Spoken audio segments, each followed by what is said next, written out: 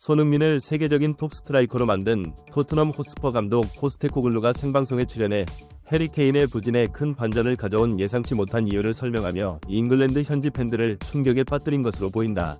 이 분석을 접한 일부 팬들은 어리둥절해하며 현재 손흥민을 지도하는 포스테코글루가 잉글랜드 대표팀에서 해리 케인의 부진을 철저히 분석하는 듯한 모습을 보이며 포스테코글루가 매우 난처한 처지에 있었을 것이라고 말했다.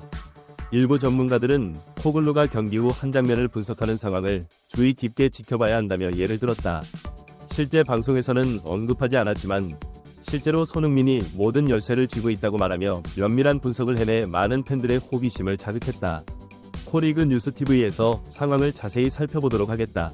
잉글랜드는 26일 오전 4시 독일 케언의 켈른 스타디움에서 열린 2024 우에파 유럽 축구 선수권대회 조별리그 3차전에서 슬로베니아와 0에서 0으로 치욕적인 무승부를 거뒀다.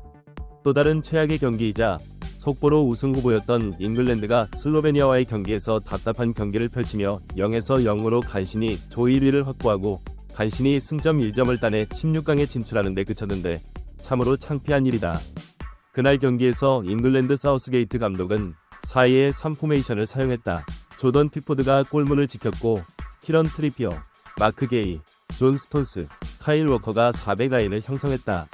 여기에 수비형 미드필더 데클런 라이스와 코너 갤러거의 더블 피벗과 공격형 미드필더 겸 세컨드 스트라이커 유도 벨링엄, 레프트 윙 포워드 필 포든, 라이트 윙어 부카요 사카, 톱 스트라이커 해리 케인을 투입했다.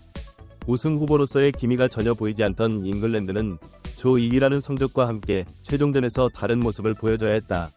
하지만 이런 바람과는 달리 경기는 잇따른 부진한 경기로 이어졌다. 별다른 공격 잠재력을 보여주지 못했다.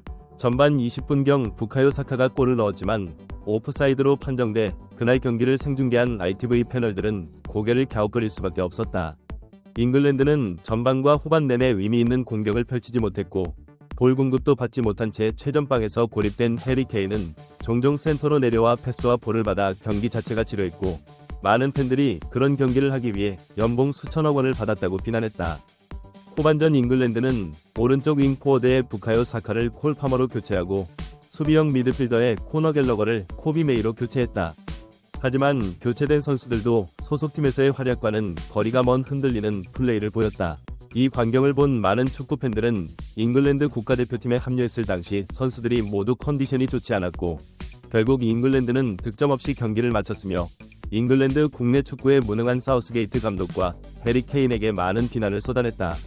이런 상황이다. 실제로 이날 경기를 생중계한 스포츠 방송국 ITV 스타크 패널들은 모두 동원돼 경기 전 잉글랜드의 승리를 예측하고 잉글랜드 대표팀을 칭찬해 눈길을 끌었다.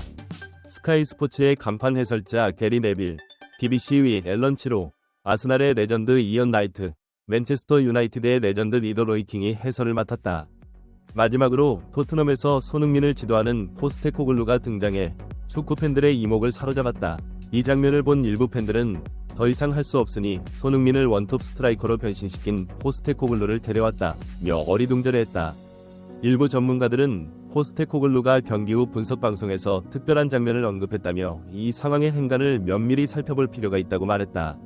포스테코글루는 잉글랜드에서 토트넘을 지휘하는 감독이라는 입장에 있기 때문에 잉글랜드 대표팀의 모든 문제점을 생중계로 자세히 분석하는 어리석은 실수를 저지르기보다는 우회적으로 그 장면을 분석했고 이 장면에서 해리 케인이 잡고 있는 모든 문제점이 드러난다고 말했습니다. 언급된 장면에서 발생하는 문제점을 이해하기 위해서는 먼저 후반 교체로 들어온 콜머와 마이누가 팀을 위해 맡았던 역할을 알아야 한다고 말했습니다. 마이누는 현재 19세로 이번 시즌 메뉴에서 활약한 선수로 단 2경기에만 출장해 27분을 뛰었습니다. 그리고 그의 포지션은 수비형 미드필더입니다. 잉글랜드 사우스게이트 감독은 마이누가 공격형 미드필더가 되어 케인의 파트 포지션으로 뛸 것이라고 말했다. 콜 팔머는 오른쪽 윙어인 사카를 대체하기 위해 영입되었다. 콜 팔머는 첼시에서 세컨드 스트라이커와 원톱 스트라이커 바로 아래에서 뛰고 있다. 그들은 이 두 선수가 팀을 위해 뛰는 포지션이 아닌 예상치 못한 포지션에서 뛰는 것이 핵심이라고 말했다. 그들은 케인의 강점은 골 페널티 박스에서의 동물적인 포지셔닝이라고 덧붙였다. 그는 원톱 스트라이커이지만 미드필더이기 때문에 시야가 넓고 상대 수비 뒤로 정확한 롱패스와 킬러 패스를 할 수 있다. 케인의 강점은 손흥민과 함께 뛸 때 극대화된다. 손흥민은 최고 속도로 롱패스를 한번 던진다. 그는 달려가 상대 수비수를 빠르게 제치고 그 속도를 유지하며 궤적을 정확하게 따라가고 세계적 수준의 퍼스트 터치를 구사한다. 그리고 양발로 슛을 하고 골을 넣기 때문에 케인이 오른쪽에 있든 왼쪽에 있든 매우 넓은 범위를 커버하고 모든 패스를 받습니다. 그래서 상대 수비수들이 손흥민을 막기 위해 달려드는 것입니다. 손흥민 혼자 이런 파괴력을 가지고 있기 때문에 손흥민이 침투해서 상대 수비 라인을 끌어내릴 때 느린 케인이 세컨드 스트라이커로 페널티 박스에 들어갑니다.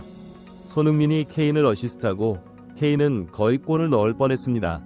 포스테코글루는 이 장면에서 마이누가 손흥민이 하는 역할을 하려고 하지만 그건 말도 안 된다고 말했습니다. 고든이 공을 잡을 때 마이누는 서로 시선을 교환하고 마이누가 빈 공간으로 달려들 때 고든은 롱킬 패스 하나로 상대 수비 라인에 공을 전달합니다. 마이가 공을 잡을 때 장면을 정지시키면 그가 패스를 받을 때 두 명의 상대 수비수가 순식간에 눌리는 것을 볼 수 있습니다. 일부 전문가들은 압박을 가하면서 킬패스로 언마크된 케인에게 연결한 것이 좋았다고 말한다.